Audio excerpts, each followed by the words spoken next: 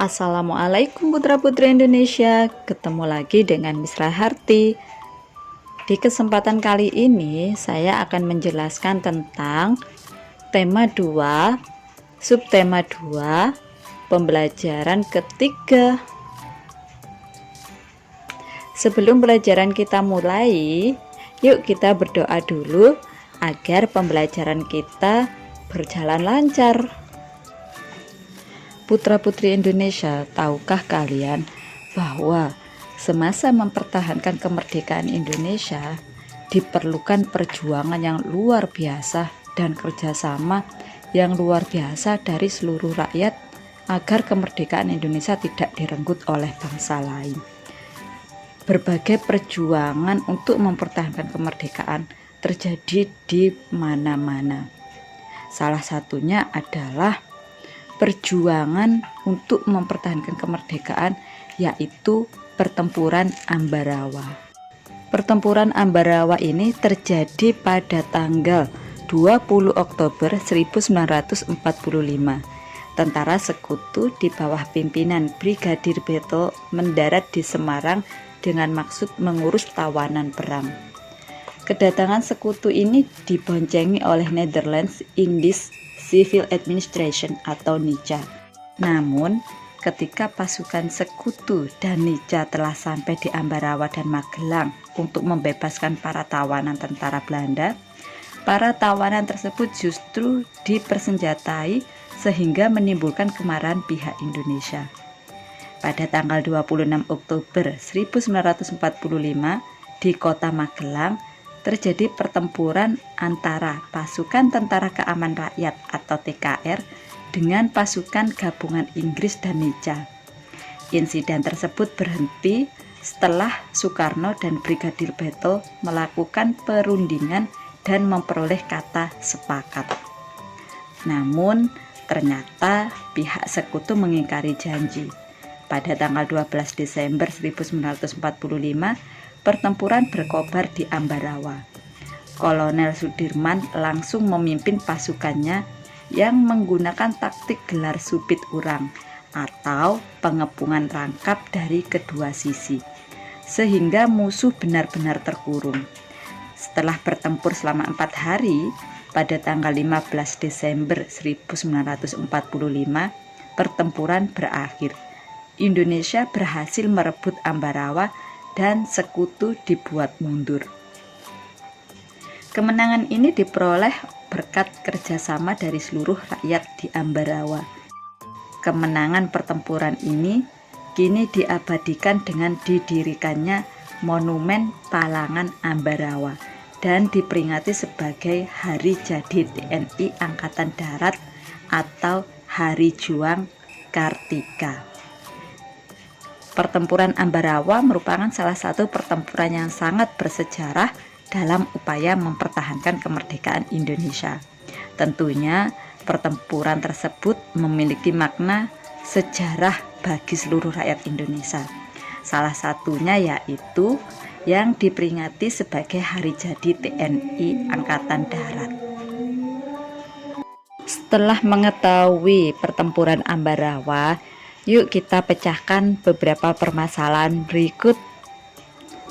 Bagaimana pendapatmu tentang upaya-upaya yang telah dilakukan pada pertempuran Ambarawa?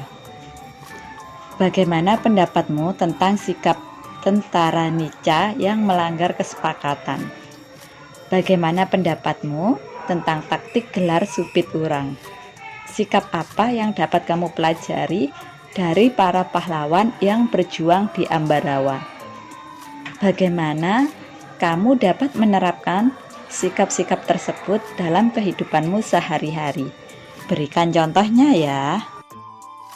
Ternyata prinsip kerjasama, persatuan, dan taktik selain diperlukan untuk pertempuran dalam memperjuangkan kemerdekaan, juga diperlukan oleh hewan untuk menyesuaikan diri dengan lingkungannya. Seperti apa hewan menyesuaikan diri dengan lingkungannya? Yuk kita lihat salah satu binatang yang bernama hiena. Salah satu cara yang dilakukan hewan ini agar tetap bertahan hidup adalah dengan bersatu dan bergerombol. Hiena adalah hewan paling pintar di dunia. Apabila ada anggapan bahwa simpanse, anjing, atau lumba-lumba adalah hewan terpintar saat ini, mungkin pernyataan tersebut betul, namun kurang tepat. Menurut penelitian, hewan terpintar di muka bumi adalah hiena. Dr. Sarah Benson-Amram dari University of St. Andrews mengatakan bahwa hiena adalah hewan terpintar karena binatang tersebut dapat mengatasi masalah secara naluri dan juga dapat berhitung. Dalam penelitiannya, Sarah berhasil menyimpulkan bahwa tingkat kepintaran seekor hewan ditentukan dari cara mengatasi masalah. Hiena mempunyai strata sosial lebih tinggi dari jenis lainnya dan dapat mempertahankan wilayahnya dengan cara memanggil rekan mereka. Hiena akan mengusir hewan lain yang masuk ke wilayahnya dengan cara bergerombol. Hewan ini dapat menghitung jumlah penyusup di wilayahnya dan memperkirakan berapa rekan yang harus hadir untuk mengusirnya. Hiena mempelajari cara untuk mengatasi masalah dari kesalahan dan percobaan. Hal ini seperti yang dilakukan manusia ketika menghadapi masalah. Ungkap Sarah seperti yang dikutip Telegraph 0909. Dia juga menjelaskan bahwa walaupun banyak hewan lain yang melakukan metode seperti yang dilakukan hiena, namun hewan ini lebih cepat dalam melakukannya. Hiena lebih kreatif daripada hewan lainnya, lanjut Sarah. Mungkin di kemudian hari, karena dikatakan lebih pintar, maka NASA dapat menggunakan hiena sebagai penelitian keluar angkasa. Selama ini, NASA hanya menggunakan simpanse dan beberapa hewan kecil lainnya untuk hal tersebut. Setelah kita mempelajari hiena mempertahankan diri, sekarang kita cari tahu bagaimana cara hewan lain beradaptasi. Berbagai jenis hewan memiliki perilaku khusus untuk menyesuaikan diri di habitatnya. Pernahkah putra-putri Indonesia melihat lumba-lumba yang melompat ke udara? Mengapa lumba-lumba tersebut berperilaku seperti itu? Dalam waktu tertentu, lumba-lumba melompat ke udara untuk menghirup oksigen di udara. Karena alat pernapasannya adalah paru-paru yang tidak dapat mengikat oksigen yang terlarut di dalam air. Ada beberapa perilaku dan kemampuan khusus yang dimiliki oleh hewan untuk bertahan hidup. Contohnya seperti berikut. Mimikri. Mimikri adalah kemampuan hewan untuk mengubah warna tubuhnya sesuai dengan warna lingkungannya. Tujuannya adalah untuk bersembunyi dari musuh atau pemangsa. Hewan yang mampu melakukan mimikri adalah bunglon. Coba putra-putri Indonesia pernah melihat nggak bagaimana bunglon menyesuaikan diri dengan lingkungannya? Biasanya ketika bunglon berada di pohon atau di batang kayu, warna kulitnya berubah dari hijau menjadi kecoklatan dan kehitaman atau sebaliknya. Perubahan warna ini membuat bunglon mampu membaur dengan lingkungannya. Berikutnya yaitu kamuflase.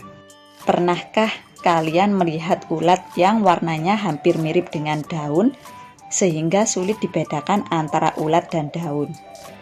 Kamuflase adalah kemampuan hewan untuk menyamarkan diri dengan lingkungannya. Tujuannya untuk bersembunyi dari musuh dan pemangsa, serta untuk menjebak mangsanya. Selain ulat, ada berbagai hewan lain yang melakukan kamuflase, misalnya kupu-kupu, belalang, bintang laut, ular, dan lain-lain. Hewan ini menyesuaikan diri dengan kondisi tempat yang sesuai dengan tubuhnya. Misalnya juga belalang daun dan belalang sembah. Belalang sering hinggap pada daun untuk menyesuaikan warna dan bentuk tubuhnya. Autotomi atau melepas bagian tubuh. Pernahkah putra-putri Indonesia melihat cecak yang ekornya putus? Salah satu hewan yang dapat melakukan autotomi adalah cecak. Autotomi adalah kemampuan hewan untuk melepaskan bagian tubuhnya saat merasa hidupnya terancam.